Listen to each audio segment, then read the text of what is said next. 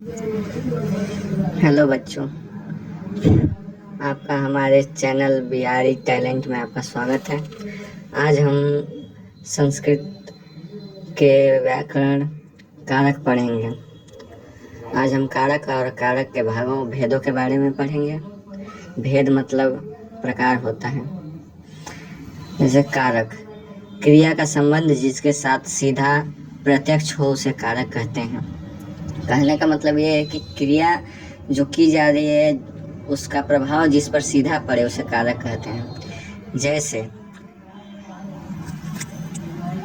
राम बाजार जाता है, राम बाजार जाता है, क्रिया का प्रभाव सीधे बाजार पर पड़ रहा है। राम बाजार जाता है। कारक के मुख्यतः 6 भेद हैं।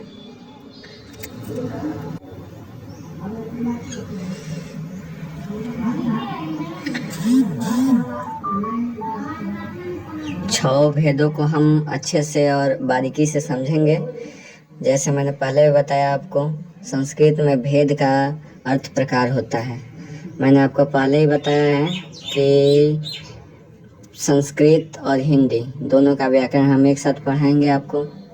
संस्कृत और व्याकरण दोनों एक साथ मिक्स करके हम पढ़ाएंगे आपको, ताकि आपको संस्कृत के साथ साथ हिंदी व्याकरण और संस्कृत व्याकरण दोनों, मैंने कहने का अर्थ आता है कि संस्कृत व्याकरण और हिंदी व्याकरण दोनों आप अच्छे से स्टडी कर लें और मैट्रिक बोर्ड एग्ज़ाम 2025 में अच्छे अंक प्राप्त कर सकें। इसके लिए आपको हमारे वीडियो को डेली देखना होगा और हम डेली डालेंगे और आपको कमेंट करना है रोज़, और हमारे वीडियो को ज़्यादा से ज़्यादा शेयर कीजिए।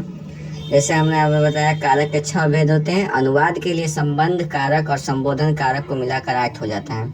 जैसे हम अनुवाद बनाते हैं कोई, जैसे अभी था राम बाजार जाता है, ये अनुवाद है। तो जैसे हम अनुवाद बनाते हैं तो उसमें 2 एक्स्ट्रा कारक जुड़ते हैं, संबंध कारक और संबोधन कारक। इन दोनों को मिलाकर 8 हो जाते हैं। अगर कोई एग्जाम में आए कि कारक के कितने भेद होते हैं तो 6 लिखेंगे। अगर पूछे कि अनुवाद के अनुसार कारक के कितने भेद होते हैं तो हम 8 लिखेंगे, क्योंकि एक संबंध कारक और संबोधन कारक जुड़ जाता है।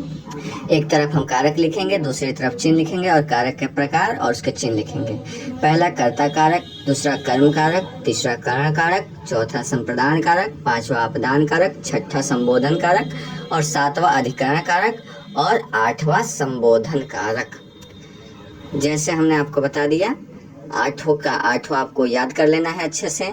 कर्ता कारक, कर्म कारक, करण कारक, संप्रदान कारक, अपदान कारक, संबंध कारक, अधिकरण कारक और संबोधन कारक। और ये एग्जाम में पूछे जाने वाले सवाल हैं, आपको पूछता है।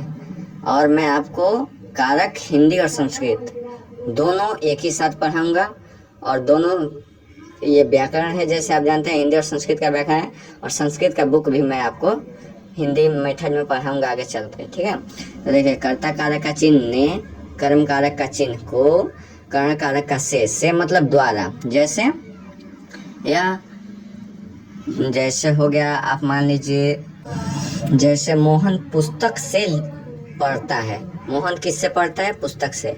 तो उसका जो द्वारा है, उसका जो माध्यम है पढ़ने का, वो क्या है? पुस्तक है, ठीक। चौथे का संप्रदान कारक का के लिए, अपदान का से त्याग। जैसा कि आप लोग देख रहे हैं यहाँ पर 2 है, एक द्वारा है, एक त्याग है। तो द्वारा तो मैंने समझा दिया, और त्याग मतलब जैसे पेड़ से पत्ता गिरता है तो ये त्याग के अंतर्गत आता है। तो इससे क्या होता है, ये संबंध कारक, अपदान कारक का से का अर्थ होता है। उसके बाद संबंध कारक का चिन्ह क्या होता है? का के की। अधिकरण कारक का में पर, और संबोधन कारक का है अरे अजी।